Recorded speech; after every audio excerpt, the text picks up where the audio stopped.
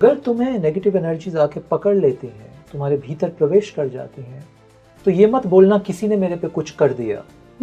तुमने अपने रेडियो की फ्रीक्वेंसी यानी अपनी आध्यात्मिक ऊर्जा की फ्रीक्वेंसी लोअर या नेगेटिव सेट की हुई है।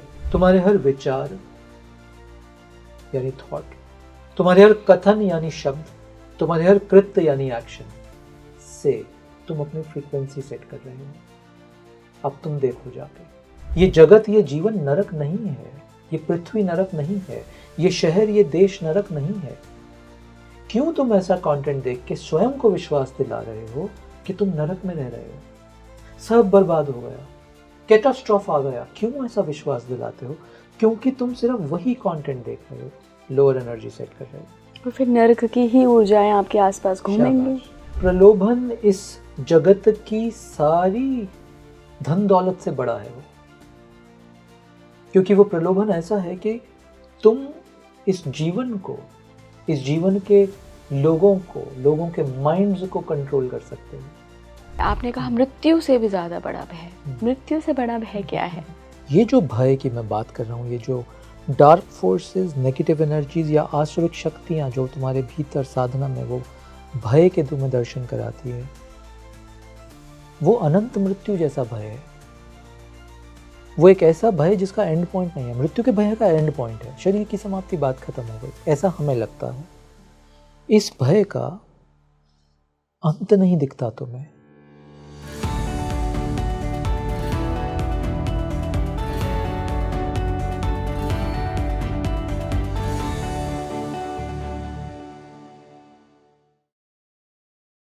नमस्कार भारत, आप देख रहे हैं स्पीकिंग श्री। मैं हूं आपके साथ इला गोस्वामी।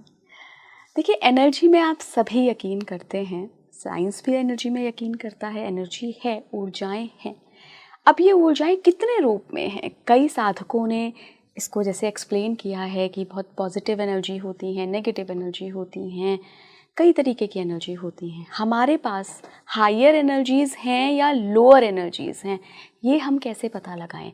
स्पेशली अगर आप एक साधक हैं या आप साधना के जर्नी पे आगे बढ़ना चाह रहे हैं, तो ये जानना बहुत ज़रूरी है, वो अवेयरनेस ज़रूरी है, जागृति ज़रूरी है कि आप जिस ऊर्जा को अच्छा समझ रहे हैं वो वाकई वो हायर एनर्जी है या नहीं। हम कैसे समझें कि हम जिन ऊर्जाओं से कनेक्ट कर रहे हैं, जुड़ाव महसूस कर रहे हैं, उनको महसूस कर रहे हैं अपने आसपास, वो हायर रेल्म की ऊर्जा है या बिल्कुल निचले स्तर की ऊर्जा है? आज का पूरा पॉडकास्ट रहेगा हमारा एनर्जीज़ के ऊपर। बहुत ही चौंकाने वाली चीज़ें आपको पता चलेंगी आज, क्योंकि मेरे लिए भी काफ़ी नया एक्सपीरियंस था इस पॉडकास्ट को शूट करते हुए। जब मैं एनर्जीज़ की बात कर रही थी, हमने बहुत साइंटिफिक तरीके से भी समझा है, हमने आध्यात्मिक तरीके से भी समझा है। आपको बहुत मज़ा आने वाला है। मैं बहुत बहुत स्वागत करना चाहती हूँ Himalayan Yogi and renowned spiritual गुरु श्री अनीशी का। गुरु जी, बहुत बहुत स्वागत है आपका स्पीकिंग ट्री पर। धन्यवाद इला, मेरे को फिर से आमंत्रित करने के लिए। धन्यवाद गुरुजी आपका कि आप इतनी दूर हिमाचल से समय निकाल कर आते हैं और हमारे दर्शकों के साथ अपने आध्यात्मिक अनुभव शेयर करते हैं। क्योंकि आजकल के दौर में ना गुरुजी, अनुभव सब शेयर कर रहे हैं, लेकिन वो ऑथेंटिसिटी किसके पास है ये पता करना बहुत मुश्किल है। और मैं तो दावे के साथ कह सकती हूँ कि आपने जिया है उस जीवन को, तो आपके जो भी अनुभव हैं लोग बहुत रेजोनेट करते हैं, लोगों को बहुत अच्छे भी लगते हैं और उन्हें बहुत सत्य भी लगते हैं। गुरुजी, आज हम एक ऐसे ही टॉपिक पर, एक ऐसे ही विषय पर बात करेंगे जो कि आध्यात्मिक जगत से जुड़ा है, जो कि मेटाफिजिकल वर्ल्ड से जुड़ा है। एक डिस्क्लेमर देना चाहूँगी, अगर आप सोच रहे हैं कि बहुत डेटा ओरिएंटेड और बहुत ज़्यादा साइंटिफिक भाषा वाला ये पॉडकास्ट होने वाला है, तो देखिए, अध्यात्म साइंस ही है, लेकिन आध्यात्मिक अनुभव अगर आप बहुत डेटा ड्रिवन माइंडसेट से सोचेंगे तो आपको बहुत हवाई बातें लगेंगी। तो अगर आपका माइंडसेट आध्यात्मिक है तो ये पॉडकास्ट आपके लिए है। गुरुजी, आज हम ऊर्जाओं पे बात करेंगे, एनर्जीज पे बात करेंगे। सबसे पहला सवाल जो मैं इतने सालों से सुनती आई हूँ कि दो तरीके की एनर्जीज हैं। एक बहुत हाईली एनलाइटेंड एनर्जीज, सोल्स, एक जिनको हम नेगेटिव एनर्जीज, थोड़ी खराब सोल मानते हैं। इन दोनों में फ़र्क क्या है? इले इसको ऐसे समझने की कोशिश करते हैं कि जब इस सृष्टि का निर्माण हुआ तो दोनों तत्व चाहिए सृष्टि के निर्माण के लिए। पॉजिटिव तत्व भी चाहिए, नेगेटिव तत्व भी चाहिए, और एक फिर न्यूट्रल तत्व भी चाहिए होता है। अगर तुम एक, वैसे तुमने बोला कि डेटा ड्रिवन बात नहीं होगी, बट क्योंकि मैं साइंस और डेटा को बहुत अच्छे से समझता हूँ तो मैं इसी बात को साइंस से भी लिंक कर देता हूँ। जो एक एटम है, मैटर का सबसे छोटा पार्टिकल एटम, इस एटम में भी यही 3 ऊर्जाएं चलती हैं। 2 अपोजिंग ऊर्जाएं यानी इलेक्ट्रॉन और प्रोटॉन, और तीसरी न्यूट्रल एनर्जी। तो 3 इलेक्ट्रॉन, प्रोटॉन और neutron. Neutron is neutral thing, ठीक। ये पूरा जगत ये पॉजिटिव, नेगेटिव और न्यूट्रल से बना है, इलेक्ट्रॉन, प्रोटॉन, न्यूट्रॉन से बना है। अब प्रश्न है ऊर्जाओं का। तो जब ये सृष्टि का निर्माण हुआ तो हाँ, पॉजिटिव ऊर्जाएं उस सृष्टि का एक आधार है, और ये नेगेटिव ऊर्जाएं भी उसी सृष्टि का आधार है, और ये न्यूट्रल एनर्जी भी उसी सृष्टि का आधार है, ठीक। पहली बात इसमें, इसको तुम दिन रात और संध्या से भी कंपेयर कर सकते हो। जीवन में अगर सिर्फ दिन ही हो, सूर्य निकला रहे सब समय, तो जीवन चलेगा नहीं। रात की आवश्यकता है, और दिन और रात के बीच में संध्या काल की भी आवश्यकता है। ये संध्या न्यूट्रल हो गया। फिर से 3, पूरा तुम्हारा बिजली का प्रिंसिपल भी 3 पे खड़ा है। पूरा आध्यात्म का प्रिंसिपल भी ब्रह्मा, विष्णु, महेश 3 पे खड़ा है। पूरा चेतनाओं की ऊर्जा भी 3 पे खड़ी है, सत्व, रजस, तमस। ये सब चीज़ों में तुम 3 का गुण देखोगे। माँ बाप, पुरुष और स्त्री मिलकर एक तीसरा तत्व, बच्चे का निर्माण होता है। 3 का खेल है हर जगह। तो हाँ, पॉजिटिव एनर्जीज हैं, नेगेटिव एनर्जीज भी हैं, जिसको हम डार्क एनर्जीज बोल सकते हैं, और फिर एक न्यूट्रल एनर्जी भी होती है। ये 3 से खेल चल रहा है पूरा। अब अगर इसको हमने गहरे में जानना है, तो तुम जानना चाहती हो कि पॉजिटिव क्या है और नेगेटिव ऊर्जाएं क्या है? बिल्कुल। क्या से पहले आते हैं कि ये काम कैसे करता है। इला हम सबके भीतर एक रिसेप्टर डिवाइस लगा है, और हम सब एक सर्टेन फ्रीक्वेंसी और वाइब्रेशन पे ऑपरेट करते हैं।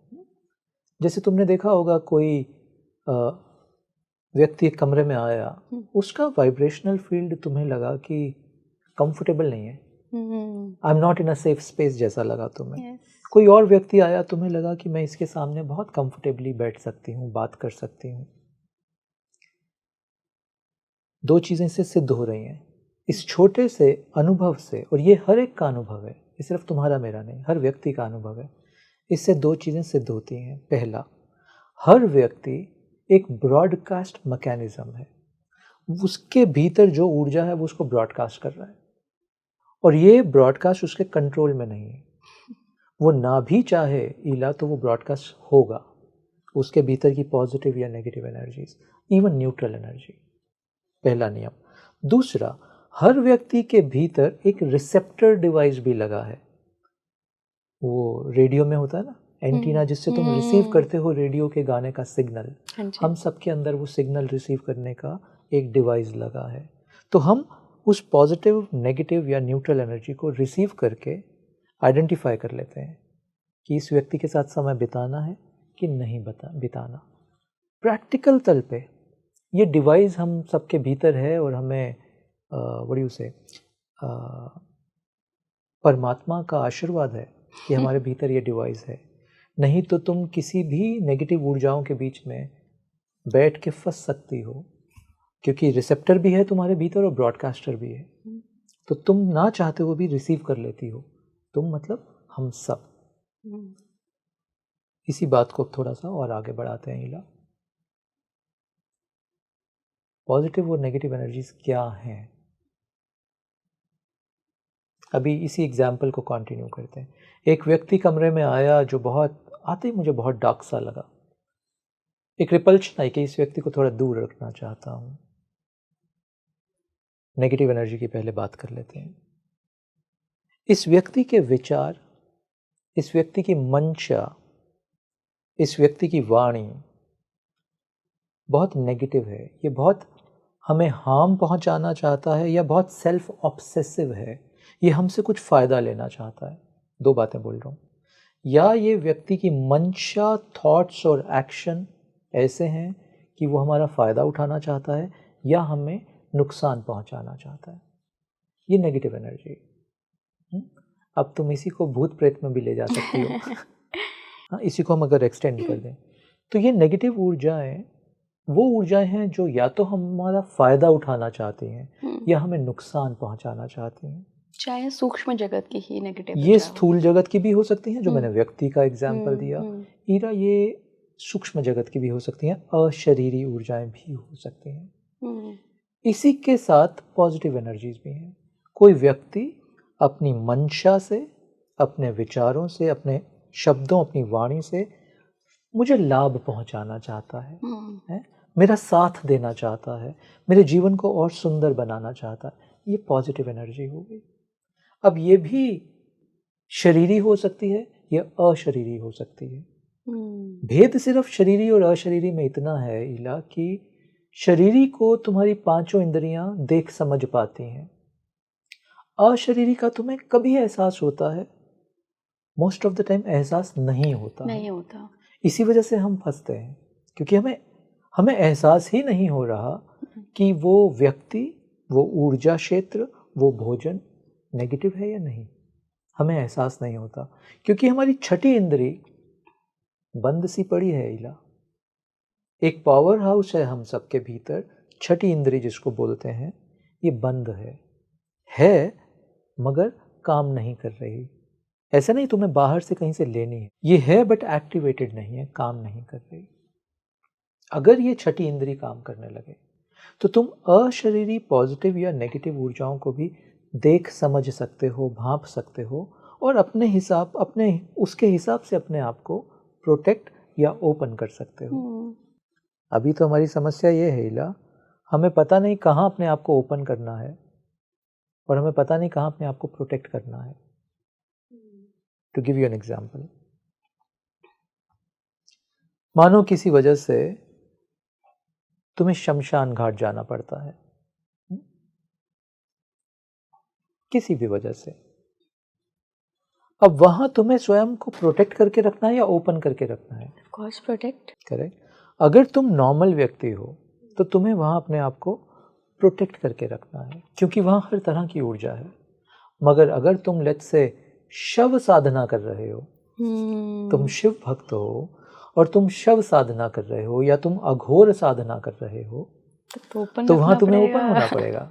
करेक्ट, बात समझी तुमने? जी। तो दो चीजें मैं बात कर रहा हूं यहाँ पे। पहला, तुम में विवेक होना चाहिए, किस शक्ति से मुझे प्रोटेक्ट करना है और किस शक्ति के प्रति मुझे अपने आप को ओपन रखना है। दूसरा, तुम किस जीवन के किस मोड़ पे हो। तुम शव साधना के मोड़ पे हो तो ओपन करना है उसी स्थान पे, और तुम लेट्स से भक्ति साधना के मोड़ पे हो तो प्रोटेक्ट करना है। तो ये है पॉजिटिव नेगेटिव ऊर्जाओं का खेल। मगर ये बहुत गहरा है इला, इसमें तो हम कई घंटों तक इसमें हम जा सकते हैं, इतना गहरा है। बिल्कुल गुरुजी। जो ये हायर और लोअर एनर्जीज होती हैं गुरुजी, ये काम कैसे करती हैं? किस व्यक्ति की तरफ हायर एनर्जीज अट्रैक्ट होती हैं, किस व्यक्ति की तरफ लोअर एनर्जीज? कुछ हमारे अंदर भी तो ऐसा चुंबक होता है ना, कि क्योंकि मैंने कई लोग सुने हैं, कई बड़े बड़े महात्मा हैं, उनको हमेशा हायर एनलाइटेंड सोल और एनर्जीज ने गाइड किया है, भटकती नहीं है उनके पास आसपास लोअर एनर्जीज। लेकिन बहुत सारे लोगों का अनुभव है कि उनके पास लोअर एनर्जीज ज़्यादा रहती हैं। शाबाश, समझो इसको। मैंने पहले बोला कि हम सबके भीतर एक कुछ रिसेप्शन करने हैं का डिवाइस है और ब्रॉडकास्ट करने का डिवाइस है, ठीक? कुछ तरंगे हम सतत बाहर सिग्नल्स फेंक रहे हैं, इसको ध्यान से समझना। तुम जैसे हो तुम्हारी वैसी तरंगे जाएंगी बाहर। समझ लो तुम बहुत प्रेमी हो, या तुम बहुत गुस्से वाले हो, या तुम बहुत करुणा वाले हो, या तुम बहुत लोगों का फायदा उठाने वाले हो। ना चाहते हुए भी तुम ये तरंगे भेज रहे हो बाहर, ठीक? फ्रीक्वेंसी बोलते हैं इसको। तो अगर तुम नेगेटिव तरंगे या फ्रीक्वेंसीज को बाहर भेज रहे हो तो बाहर के जगत से, शरीरी या अशरीरी, वही ऊर्जाएं, वही तरंगे इससे कनेक्ट करेंगी। इसको ऐसा समझो, मैं इसको बहुत सिंपल में समझाता हूँ, क्योंकि इन विषयों पे अज्ञानता बहुत है। तो मैं बहुत सिंपल शब्दों में, ताकि हमारे सारे मित्र जो हमें इस समय देख रहे हैं वो फाइनली इस बात को समझ पाए। ठीक, तुम्हारा रेडियो डिवाइस है, तुम उस डिवाइस को, कि तुम हिंदी समझते पढ़ते हो, तुम उस डिवाइस को उन्हीं चैनल्स पे सेट करते हो ना जहाँ हिंदी म्यूजिक आए, जो मेरी भी लैंग्वेज है, जो तुम्हारी लैंग्वेज है। तमिल म्यूजिक तो नहीं सेट करोगे उसमें, या तुम अंग्रेजी म्यूजिक तो नहीं चैनल सेट करोगे, करेक्ट? तुम वही चैनल सेलेक्ट कर रहे हो जो बात तुम्हें समझ में आए। तुम्हारा रेडियो वही सिग्नल पकड़ेगा जहां तुमने सेट किया है, यानी हिंदी म्यूजिक।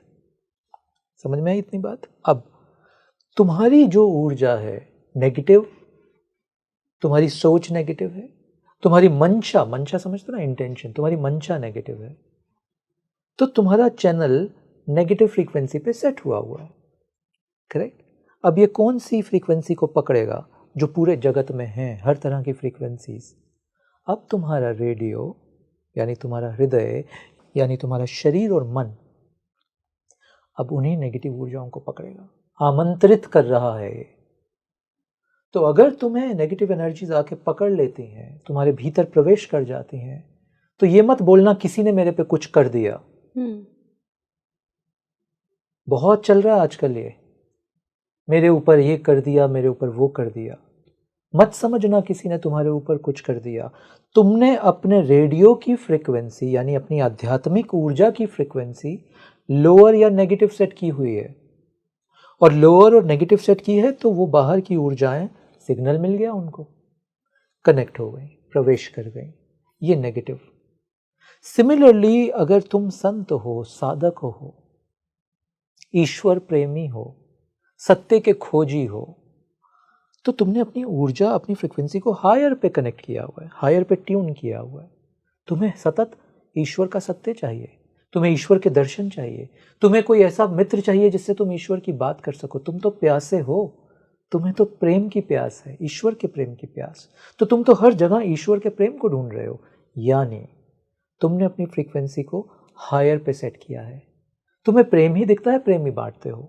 करुणा दिखती है, करुणा बांटते हो। मित्रता दिखती है, मित्रता ही बांटते हो। हायर फ्रीक्वेंसीज हैं ये सारी।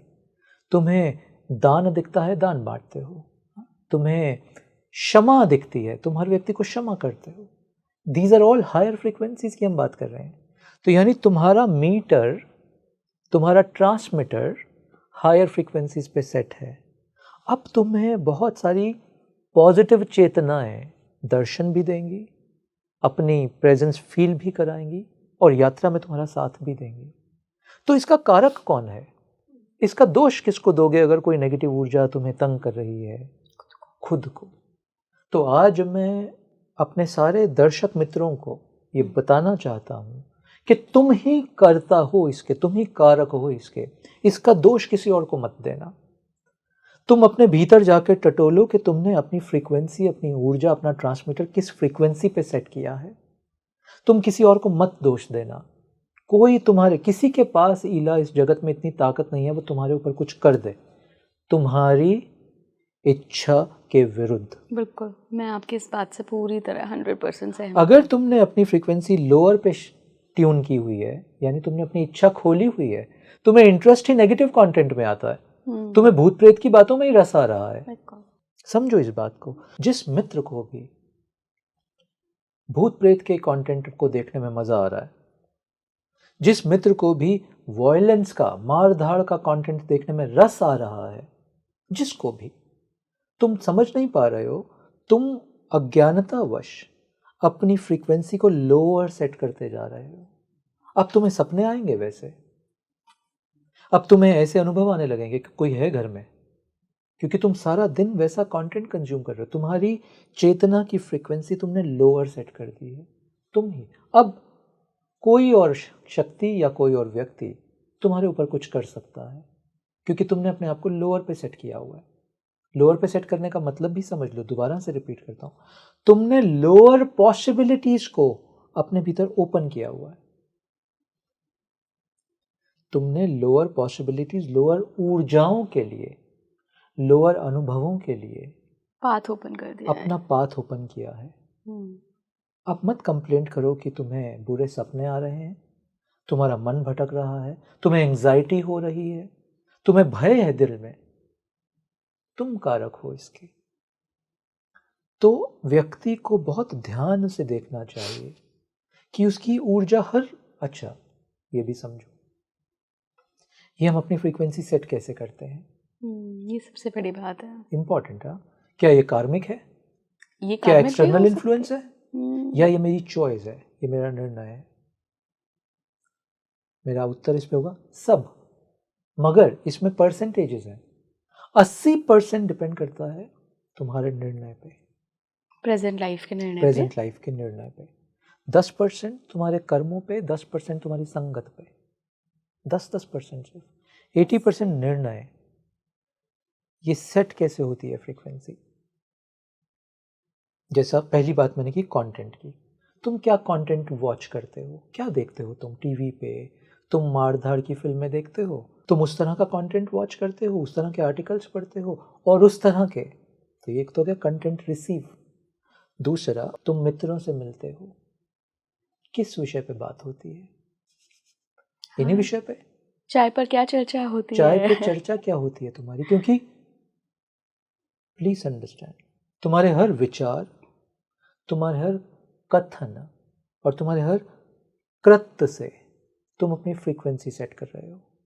ये नियम दिया आज मैंने, दोहरा देता हूं, सबके काम आएगा। तुम्हारे हर विचार यानी थॉट, तुम्हारे हर कथन यानी शब्द, तुम्हारे हर कृत्य यानी एक्शन से तुम अपनी फ्रीक्वेंसी सेट कर रहे हो। अब तुम देखो जाके तुम्हारा कथन कैसा है। मित्रों के साथ बात करते हुए, घर परिवार में बात करते हुए, किसी से भी बात करते हुए, इवन फोन पे भी क्या कथन है कि क्राइम बहुत बढ़ गया है।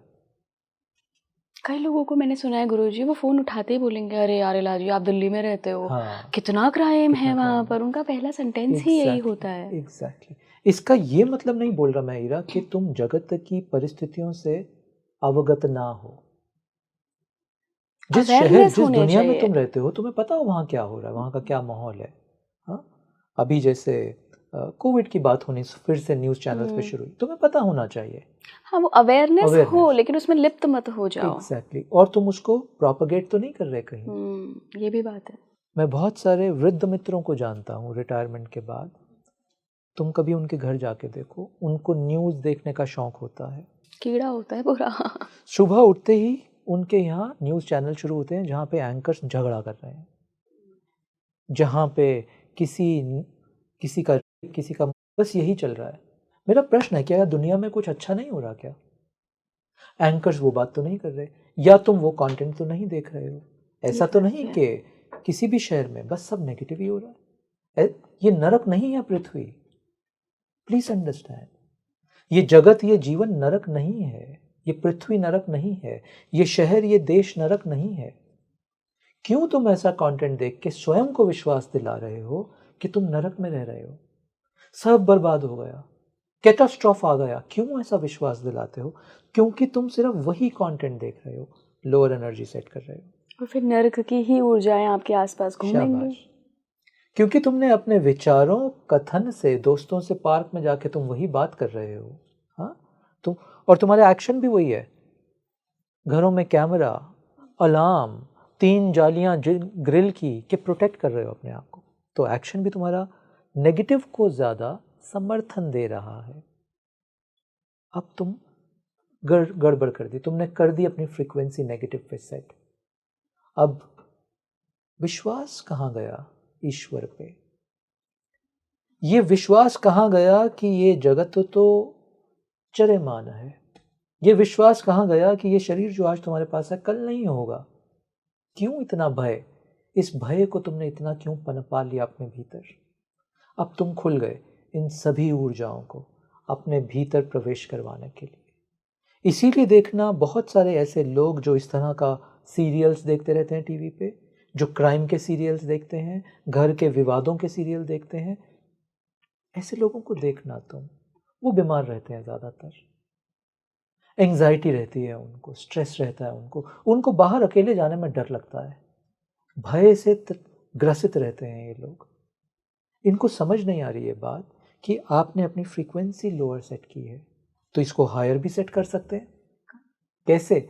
विचार, कथन, कृत्य से। तुम इन तीनों में पॉजिटिव चेतना ले आओ।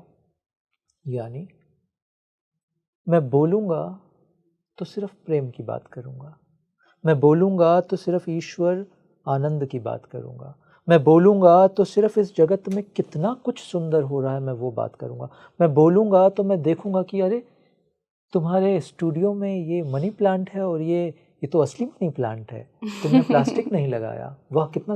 तो मैं जीवन की ये जीवंतता को ही अपने कथन में लाऊंगा। तुम बात पकड़ रहे हो? मेरे कृत्य में भी जीवन की जीवंतता को मैं अपने कृत्य में भी लाऊंगा। तो मैं उठूंगा, इस पत्ते को छूऊंगा। आई यू अंडरस्टैंड? मेरे हर कृत्य में मैं वो दिखाऊंगा, मैं हर विचार में उसी ईश्वर का, उसी ब्यूटीफुल मानवता का विचार लाऊंगा।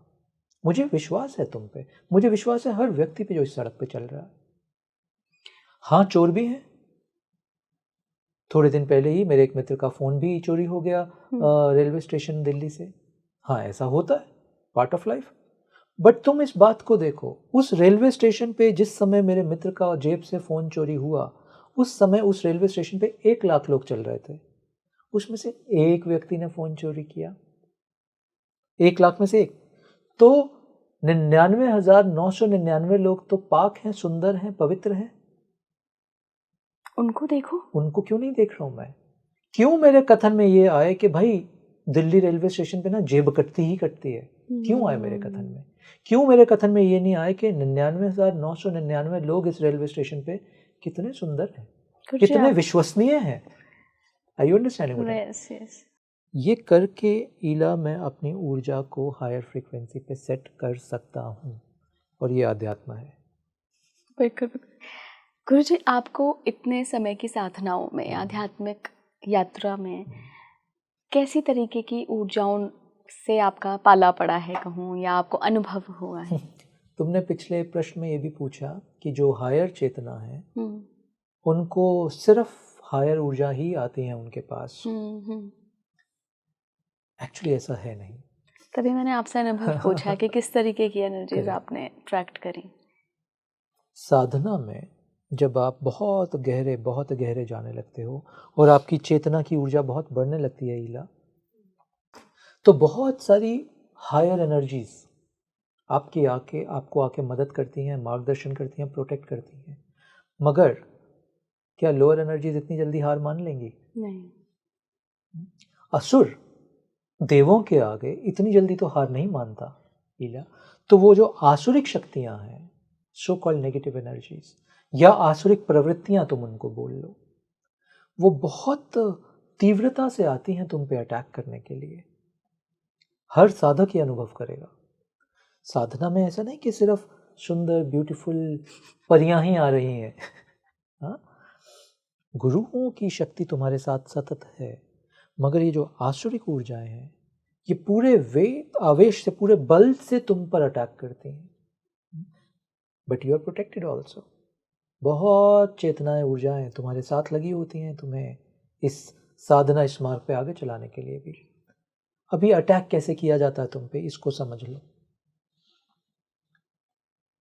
बुद्ध की तो बहुत सुंदर कहानी हमने सुनी ना, कि अंतिम क्षणों में एनलाइटनमेंट से पहले वो मारा आती है। ये मारा वही आसुरिक शक्तियां हैं, डार्क एनर्जीज। ये कैसे अटैक करती हैं ये समझ लो। सबसे पहले ये प्रलोभन देती हैं तुम्हें। ये मैं सभी मित्रों को बोलना चाहता हूँ, ये प्रलोभन देती हैं शक्तियां सबसे पहले तुम्हें। किस चीज का प्रलोभन? सिद्धियों का, शक्तियों का प्रलोभन। और ये बहुत भयंकर है। तुम्हें इतना विश्वास दिला दिया जाता है कि ये सिद्धि, ये शक्ति तुम्हारे चरणों में रखने को मैं तैयार हूं, तुम लो इसको और तुम देखो इससे तुम्हारा जीवन कैसे परिवर्तित होगा।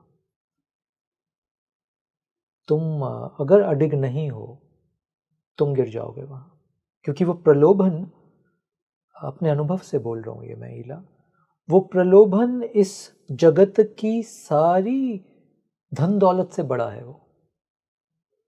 क्योंकि वो प्रलोभन ऐसा है कि तुम इस जीवन को, इस जीवन के लोगों को, लोगों के माइंड्स को कंट्रोल कर सकते हो, तुम मैटर को कंट्रोल कर सकते हो, तुम सिर्फ जीव को नहीं, तुम स्थूल को भी कंट्रोल कर सकते हो, तुम सूक्ष्म को भी कंट्रोल कर सकते हो, तुम जीव को भी कंट्रोल कर सकते हो।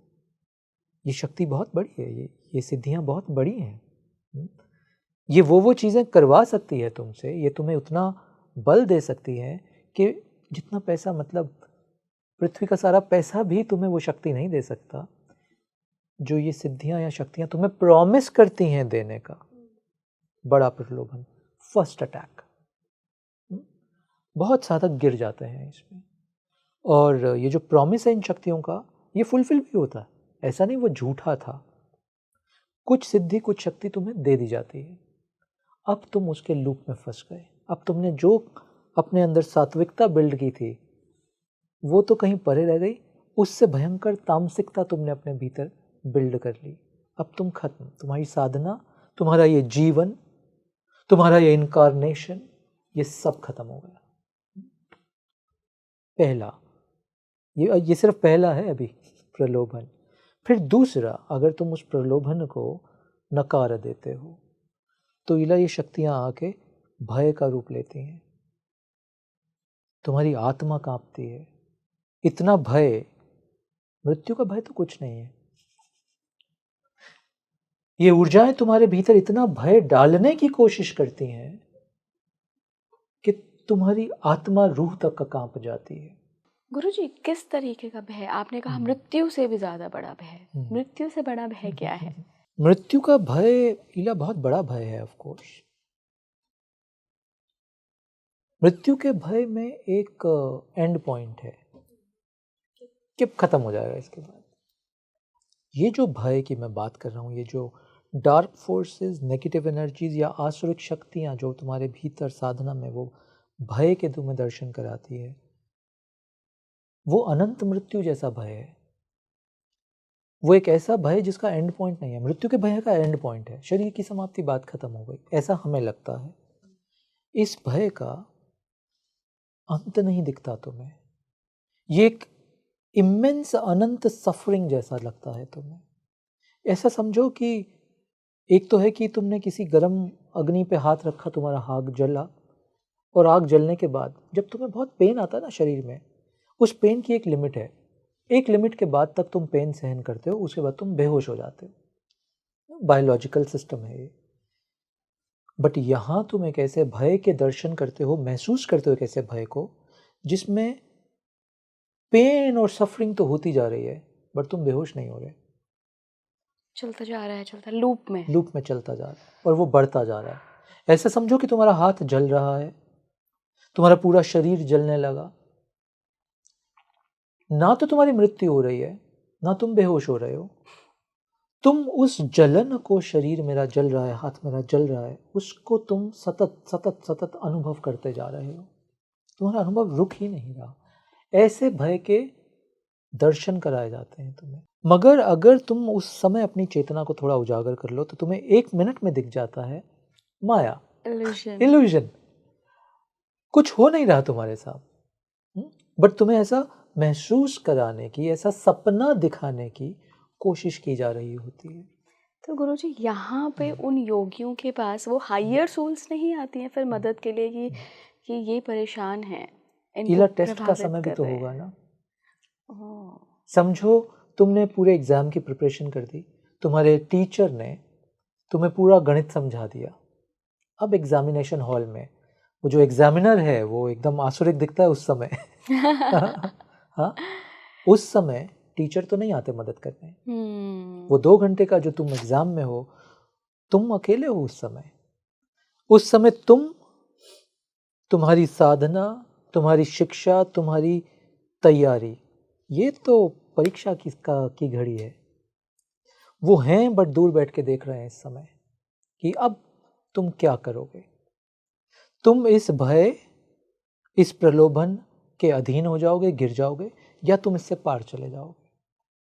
तो वो होंगे, वो हैं उस समय, वो खड़े होके देख रहे हैं, बट वो उस समय निर्णय तुम पे छोड़ देते हैं, क्योंकि करता तो तुम हो। वो तुम्हारी बागडोर अपने हाथ में नहीं लेंगे, वो तुम्हारा सपोर्ट सिस्टम है। तुम्हारा टीचर तुम्हारे लिए आके एग्जाम नहीं देगा। एग्जाम, परीक्षा, बोर्ड एग्जाम तो तुम्हें स्वयं जाके देना है। It's like that. तो इसलिए उस समय वो बिल्कुल नहीं आते, आ सकते हैं, उनकी शक्ति अद्भुत है। वो उस समय उस सब को भेद के प्रवेश कर सकते हैं, तुम्हें बचा सकते हैं, बट क्यों क्यों बचाएं? परीक्षा हो रही परीक्षा हो रही है। वो तुम्हारा बल देखना चाहते हैं, क्योंकि तुम गिर गए तो ठीक है, फिर कई जन्मों की साधना दोबारा शुरू होगी, और उस समय तुम अडिग रहे तो सफल हो गया सब, फिर ये साधना सफल हुई। तो बुद्ध उस समय अडिग रहे थे। ना कोई प्रलोभन किसी भोग का, ना किसी सिद्धि का प्रलोभन, ना कोई डर।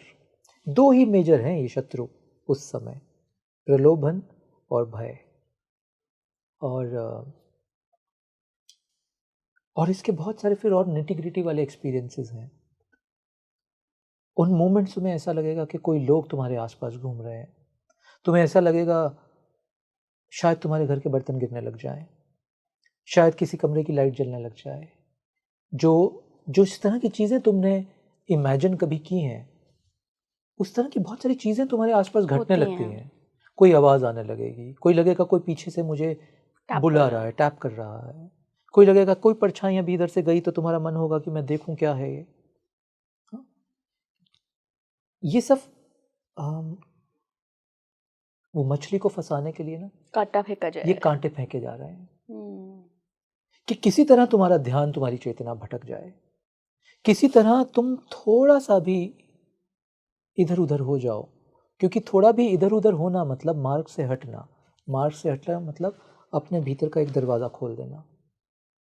इन शक्तियों को एक ही दरवाजे का प्रवेश चाहिए बस। छोटी सी खिड़की भी खुल गई, ये शक्तियाँ प्रवेश करेंगी, और शक्ति प्रवेश करेगी मतलब तुम्हारी सोच बदल जाएगी।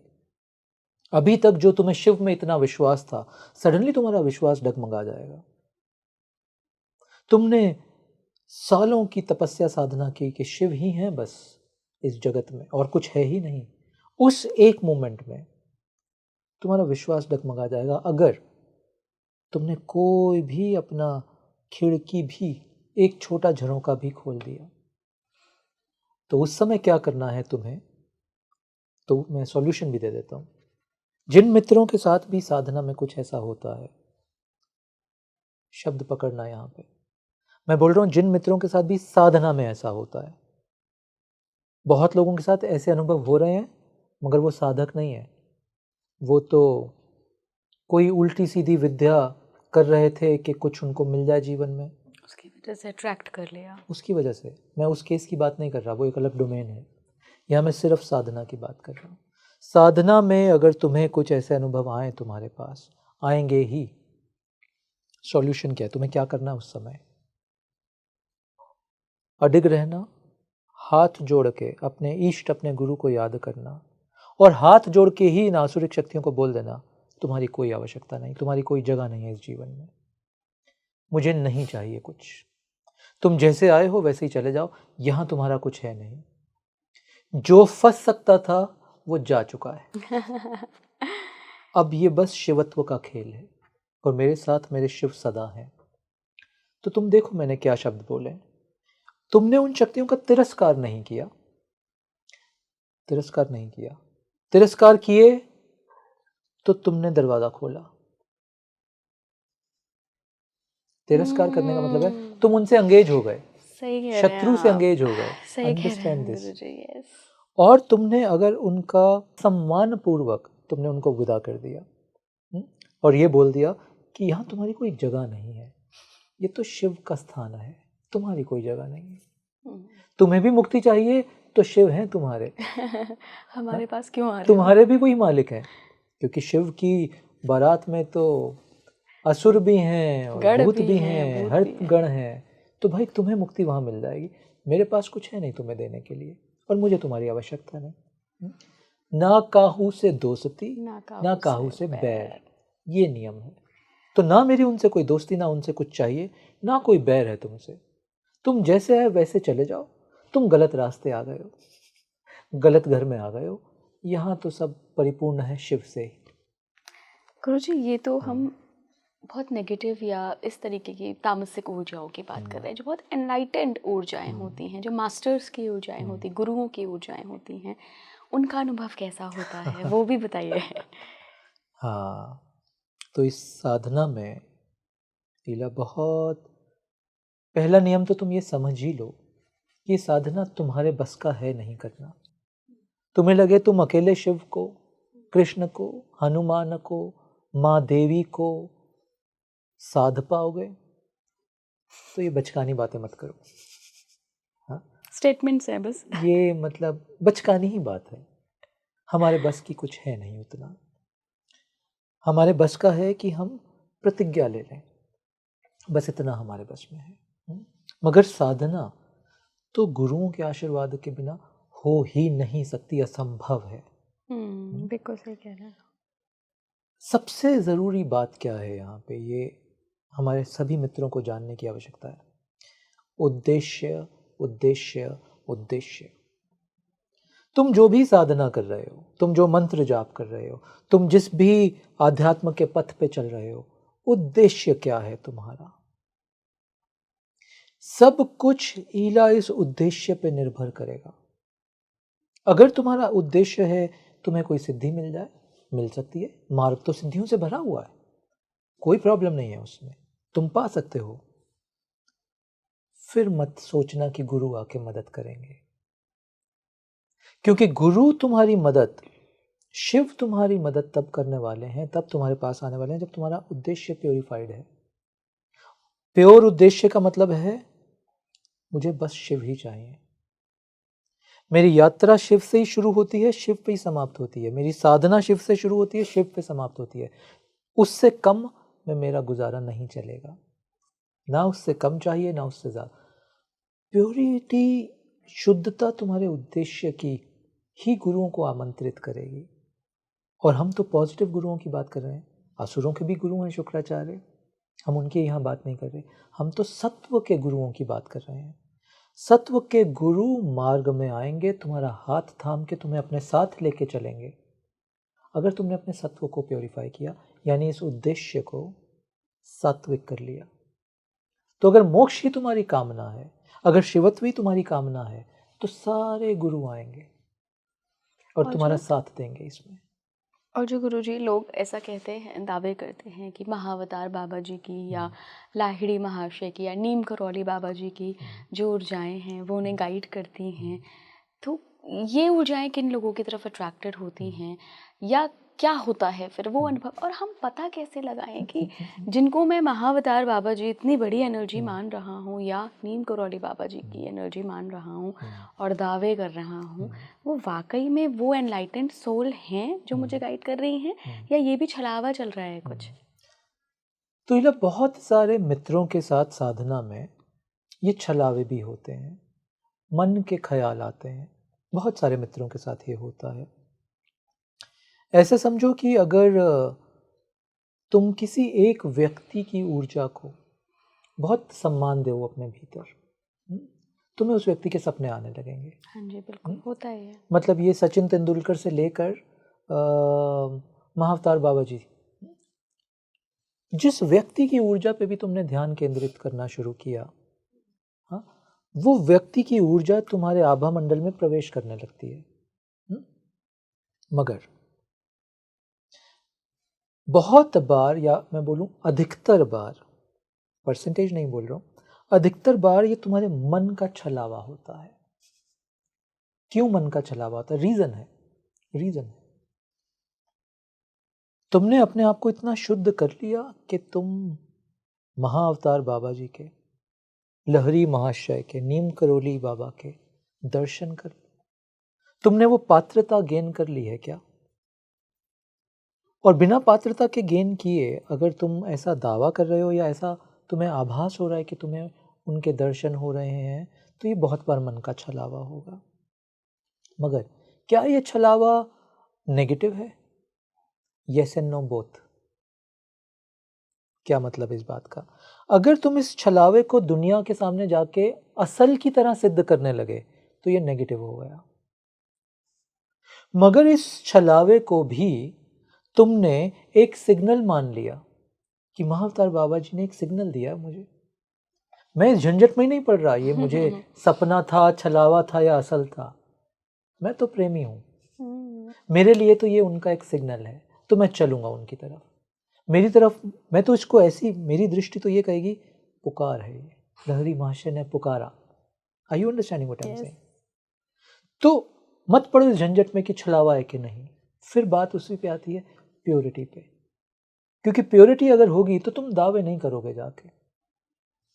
इला आश्रम में मित्र आते हैं मिलने, साधक मित्र, कई मित्र पहली बार आते हैं और पहली बार आके ही मुझसे मिलने से पहले जो वो आश्रम के और आश्रमाइट्स को, साधकों को मिलते हैं, वो अपने अनुभव शेयर कर चुके होते हैं कि मुझे तो महाअवतार बाबा जी भी मिले, मुझे लहरी महाशय ने दर्शन दिए, मुझे ऐसा हुआ वैसा हुआ। ग्रेट, बट ये जो तुम्हारा एक्ट है, ये जो इसको तुम ब्रॉडकास्ट कर रहे हो, ये अपने आप में घोषणा कर रहे हो तुम, ये तुम छलावे के ढोंग में फंस रहे हो, तुम इसको सिग्नल नहीं समझ रहे हो, है ना।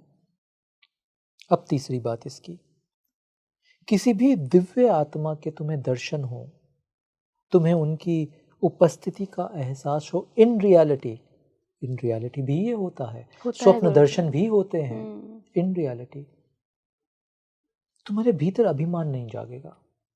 तो तुमने मुझसे पूछा पता कैसे चले, तो तुम्हारा अभिमान बता देगा, तुम्हें बताएगा। और साधना का मतलब ये है इला कि मैं सजग हूं, स्वयं को सतत देखता हूं। तो जिस दिन तुमने ये इस चीज को अभिमान से देखा कि मुझे तो दर्शन हुए, और तुम चले लोगों से शेयर करने इसको या इसके बारे में लिखने या व्हाटएवर, तो ये अभिमान है। और मुझे लगता है कोई भी व्यक्ति इतना अंधा नहीं है जिसको अपना अभिमान ना दिखे। हम सबको दिखता है, बिल्कुल, माने या ना माने वो अलग बात है। अवेयरनेस है या नहीं, अवेयरनेस है, माने या ना माने अलग बात है। अब मैं दूसरी बात बोल रहा हूँ, इस पृथ्वी पे कोई व्यक्ति नहीं है, दुर्योधन को भी अपना अभिमान दिखता है, बट दुर्योधन बोलते हैं मैं क्या करूं, मेरे हृदय में कोई शक्तियां बैठी हैं जो मुझसे काम करा रही हैं। ये वचन दिया, मतलब ये बात बोली दुर्योधन ने कृष्ण को, जब कृष्ण संधि का प्रस्ताव लेके हम गए अपने कृत्यों को जस्टिफाई कर लेते हैं। तो देख तो रहा है ये अधर्म का कार्य है, बट मान नहीं रहा उसको, है ना। तो ये हमारी दृष्टि हमें सतत दिखाती रहती है। गुरुजी, कई बार पितरों की एनर्जी भी होती है कि हमारे जो बहुत पुराने पितर हैं वो कहीं ना कहीं हमारे आसपास रहते हैं, हमें गाइड करते हैं, वो पितरों की एनर्जी कैसे महसूस होती है? महसूस होने के फॉर्मेट वही 2-3 हैं इला। स्वप्न में महसूस होगा, या तुम्हें उनकी उपस्थिति का आभास होगा, कोई एनर्जी है, कोई मुझसे बात कर रहा है, या कोई मेरे पित्र आए, तो तुम्हारे हृदय में पॉजिटिवनेस आएगी, तुम भय नहीं आएगा। उनकी अशरीरी उपस्थिति के एहसास से तुम्हारे भीतर भय नहीं आएगा। तुम्हें मालूम है ये पितृ ऊर्जा है कोई। और जैसे मैंने पहले बोला इला, हम इतने बलवान नहीं है कि पूरी साधना स्वयं कर पाए। गुरुओं का आशीर्वाद, पितरों का योगदान, ये मिल के हमें साधना या इस मार्ग में आगे लेके जाता है। तो तुमने ठीक बोला, बहुत बार इन पितरों की ऊर्जा आके साधना में हमें संदेश देती है, हमारा मार्गदर्शन करती है। ये बहुत बार होता है ऐसा। और जैसा मैंने बोला कि अगेन इम्पॉर्टेंट ये है कि साधक को, हर मेडिटेटर को इस बात का ख्याल रहे सतत। तभी पितृपक्ष किया जाता है यहाँ पे। उस समय तुम सिर्फ पितरों को मोक्ष नहीं दिलवा रहे हो, तुम अपना धन्यवाद प्रकट कर रहे हो पितरों को। तुम ये बोल रहे हो कि मेरे जीवन में जो सुंदर चल रहा है, ये धन संपत्ति, ये नाम जो मेरा है, ये जो साधना में मैं गहरे चल पा रहा हूँ, ये आप ही का आशीर्वाद है। आप ही के कर्मों की ये लयबद्धता मेरे जीवन तक आई है और मैं इसका फल ले रहा हूँ। तो आपका अनंत धन्यवाद, मुझे ये जीवन, ये ऊर्जा, ये दृष्टि प्रदान करने के लिए। इसलिए पितृपक्ष किया जाता है। तो ये रिकॉग्निशन, ये ग्रैटिट्यूड रहना चाहिए। ये बातें सुनने में बहुत साधारण लग सकती हैं ईला, बट ये आधारभूत हैं तुम्हारी जीवन की यात्रा का। ये सेंस ऑफ ग्रैटिट्यूड पितरों के प्रति, ये गुरुओं के प्रति सम्मान, ये गुरुओं के प्रति ऐसा मानना कि अकेले तो मुझसे कुछ नहीं होगा। जिस दिन तुम्हारी चेतना में ट्रूली ये बिल्ड होने लगता है, तुम्हारी जीवन की और आध्यात्म की यात्रा में एक अद्भुत गति आने लगती है। तुम जिन चीज़ों से संघर्ष कर रहे हो, तुम अपने जिन विकारों से संघर्ष कर रहे हो, वो स्वतः डिसॉल्व होने लगते हैं, डिसअपियर होने लगते हैं। ये अद्भुत शक्तियाँ हैं। गुरुजी, ऐसा क्यों होता है? कई लोग अपना अनुभव बताते हैं कि आपकी जो लीनिएज चली आ रही है उसमें कभी किसी भी व्यक्ति से पितरों ने संपर्क नहीं किया, लेकिन कोई एक ऐसा बच्चा आया घर में जिसके लगातार कांटेक्ट में पितर हैं, उस बच्चे को वो एनर्जी भी फील होती है। अब देखिए, अगर हम बच्चे की बात कर रहे हैं गुरुजी, उसका तो मन, वचन, कर्म तीनों एक ही होते हैं। बच्चे तो भगवान का स्वरूप माने जाते हैं, लेकिन कनेक्ट हो रही है उससे वो एनर्जी, तो वो उसका क्या रीज़न है? क्या वो कोई एनलाइटेंड सोल पिछले जन्म की ही है? क्या अपनी बहुत साधनाएं करके आई है? क्या रीज़न हो सकता है? साइंटिफिक रीज़न है और योगिक रीज़न है इसका। ये बच्चों, अच्छा, हम ये आज्ञा चक्र की बात करते हैं थोड़ी सी यहाँ पे। थर्ड आई सेंटर, आज्ञा चक्र के पीछे साइंटिफिकली पीनियल ग्लैंड है। आज तो हम सब जानते हैं पीनियल ग्लैंड को। बच्चों में पीनियल ग्लैंड बहुत ज़्यादा एक्टिव होता है। 4 से 7 वर्ष की आयु तक ये पीनियल ग्लैंड धीरे धीरे कमज़ोर होने लगता है। 7 साल के बाद ऐसा समझ लीजिए ऑलमोस्ट बंद सा हो जाता है। इसलिए तुम 0 से 7 साल के बच्चों में ये जो तुमने बात बोली, ये तुम ज़्यादा पाओगे कि छोटा बच्चा बिना लॉजिक के कोई एक ऐसी बात कर रहा है, तुम्हें लगेगा जो तुमने बोला क्या एनलाइटेंड सोल है? नहीं, वो एनलाइटेंड सोल नहीं है, वो साधारण है तुम्हारी मेरी तरह। बट वो जो टाइम पीरियड है उसके बचपन का, यहाँ उसका पीनियल ग्लैंड एक्टिव है, और पीनियल ग्लैंड हमारा रिसेप्टर है। ये तुम्हारे पूरे ह्यूमन सिस्टम का, तुम्हारे देखो ह्यूमन सिस्टम में 5 रिसेप्टर्स हैं, 5 इंद्रियां। ये जो छठा रिसेप्टर है, जो अशरीरी चीज़ों को भांप लेता है, आज्ञा चक्र, समझ लेता है, ये तुम्हारा आज्ञा चक्र है, ये पीनियल ग्लैंड है। तो ये बच्चों में स्वतः एक्टिव है।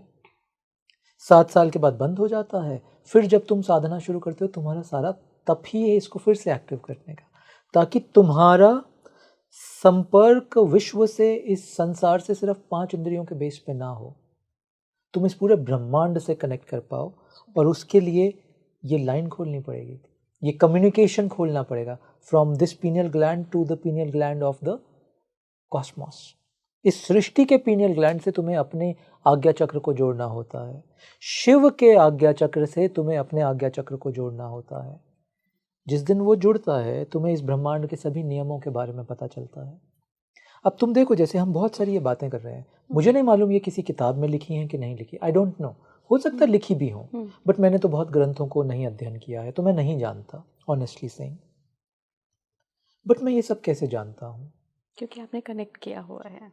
बहुत सारी चीज़ें मेरे अनुभव में हैं, इंक्लूडिंग मृत्यु, और बहुत सारे इस ब्रह्मांड के जो रहस्य हैं वो आज्ञा चक्र के थ्रू तुम रिसीव कर पाते हो। जीवन बहुत छोटा है ईला, इस छोटे से 60, 70, 80, 90 साल के जीवन में तुम सभी अनुभव नहीं ले सकते हो। हाँ, तो ये पीनियल ग्लैंड एक ऐसा डिवाइस है तुम्हारे भीतर, जो एक्टिवेट होते ही इस ब्रह्मांड का सारा रहस्य तुम्हारे अंदर डाउनलोड हो सकता है। आपने शिव की बात की कि ब्रह्मांड में मौजूद शिव की आज्ञा चक्र से कनेक्ट करो। एक सवाल जिसका मैं बहुत समय से जवाब ढूंढ रही हूँ गुरुजी, मैं आपसे पूछना चाहूँगी। आप शिव भक्त हैं, शिव किसका ध्यान करते हैं? मैंने थोड़े ही दिन पहले एक मित्र ने मुझे एक ग्रंथ शिव पुराण गिफ्ट किया, और उसी समय एक मित्र ने भागवत पुराण मुझे गिफ्ट किया। तो मैंने एक ऐसा पेज खोला भागवत पुराण के अंदर, तो उसमें लिखा कि शिव तो सदा विष्णु का ध्यान करते हैं, बट मेरा अनुभव कुछ और कहता है। ये सुंदर बात है क्योंकि सभी एक ही ऊर्जाएं हैं। मेरा अनुभव कहता है शिव शिवत्व का ही ध्यान करते हैं। शिव के लिए कोई अन्य नहीं है, तुम्हारे मेरे लिए कोई अन्य है, तो हम उस अन्य का ध्यान करते हैं। किसी के लिए वो अन्य कृष्ण हैं, किसी के लिए शिव हैं, किसी के लिए शक्ति हैं, किसी के लिए हनुमान हैं, किसी के लिए उनके गुरु हैं, किसी के लिए नीम करोली बाबा हैं, किसी के लिए लहरी महाशय हैं। अन्य हैं ये सब। शिव के लिए तुम्हें लगता है कुछ अन्य होगा? शिव के लिए तो इला शक्ति भी अन्य नहीं है। बिल्कुल। हाँ? शक्ति भी शिव स्वरूप है। तो शिव अपने ही शिवत्व का सतत ध्यान करते हैं। इमेजिन करो, जिसको तुम मोक्ष या एनलाइटनमेंट बोलते हो ना, वो भी यही अवस्था है, जहां तुम अन्य का ध्यान छोड़ के अपने ही शिवत्व के स्वरूप के ध्यान में स्थित हो जाते हो। अन्य खत्म हो गया। ये इसी को हम मोक्ष बोलते हैं इला, इसी को हम एनलाइटनमेंट बोलते हैं। जब तक अन्य का ध्यान है तब तक कुछ बाकी है अभी। गुरु जी, आपको ऐसा नहीं लगता मैं और आप शिव जी को लेके बहुत बायस्ड हैं? क्योंकि मैंने बहुत लोगों के मुंह से सुना है, जो आपने भी भागवतम में पढ़ा, भागवत पुराण में, कि शिव एक्चुअली विष्णु का ही ध्यान कर रहे हैं, कृष्ण के उस विराट स्वरूप का ध्यान कर रहे हैं, जो इस पूरे ब्रह्मांड की एक सबसे बड़ा तत्व है, कृष्ण। लेकिन जब आपने ये बात कही कि आपका अनुभव ये कहता है कि शिव शिवत्व का ही ध्यान कर रहे हैं, मुझे बहुत कन्विंसिंग लगी ये बात। बायस नहीं है, और मैं जुड़ पाई उस बात से। बट बायस नहीं है ये बात। हम जो भी बोलें अपने अनुभव के अधिकार से बोलें। मेरा अनुभव या मेरा सतत जीवन का स्थिति मुझे ये कहती है, मेरी सतत स्थिति मुझे ये कहती है कि जिसको मैं शिवत्व की तरह दर्शन करता हूँ, जिस शिव को, जिस शिवत्व को, वो और विष्णु तत्व और शक्ति तत्व एक ही हैं। जब मैं उसको फॉर्मलेस की तरह ध्यान करता हूँ तो वो एक ही दिखता है। बिल्कुल। बट मुझे फॉर्म भी बहुत प्रिय है ना, मैं प्रेमी हूँ, मैं क्या करूँ। जब फॉर्म की बात आती है तो फिर मुझे शिव दिखते हैं। शिव का ही स्वरूप, लिंग स्वरूप, शक्ति स्वरूप ही दिखता है फिर मुझे विद ऑल ड्यू रिस्पेक्ट, फिर मुझे कृष्ण नहीं दिखते हैं, फिर मुझे शिव ही नजर आते हैं। तो मेरे सतत अनुभव में इस ब्रह्मांड की उत्पत्ति शिवत्व से हुई है। इस ब्रह्मांड का सार शिवत्व है। इस ब्रह्मांड का उद्धार भी शिवत्व है। उद्धार मतलब लीन भी हम शिवत्व में होते हैं। हाँ, तो मुझे उस फॉर्म से भी बहुत प्रेम है, उस फॉर्मलेस अनंत ऊर्जा से भी अनंत प्रेम है। तो इसलिए मैं शिव की ही बात कर पाऊंगा। बहुत बहुत धन्यवाद गुरुजी। आपके साथ जब भी बातचीत शुरू होती है ना, तो उसको समाप्त करने का मन नहीं करता है। ऐसा लगता है बस थोड़ा सा और, थोड़ा सा और, थोड़ा सा और, लेकिन समय सीमा होती है पॉडकास्ट की। अगली बार आपसे मृत्यु पर बात करेंगे गुरुजी, क्योंकि मुझे आपके एक स्टेटमेंट से, जो आपने समाधि का स्टेटमेंट और मृत्यु के अनुभव का स्टेटमेंट दिया, मुझे लगता है मृत्यु पर आपसे बात ज़रूर होनी चाहिए। तो अगली बार दर्शकों, आपके लिए मृत्यु पर हम बात करेंगे गुरुजी से। आज का पॉडकास्ट आपको कैसा लगा मुझे बताइएगा, और क्या आपके अनुभव में भी कभी आपको ऐसा लगा कि कोई एनलाइटेंड सोल आपको गाइड कर रही है, कोई पितरों की एनर्जी गाइड कर रही है, या एक डर का अनुभव आता है जब भी आप ऐसी एनर्जीज़ को आसपास महसूस करते हैं? देखिए, वैसे गुरुजी ने बहुत क्लियर साइंटिफिक शब्दों में बता दिया है कि अंतर क्या है। आप अपने अंदर झांक कर देखिए।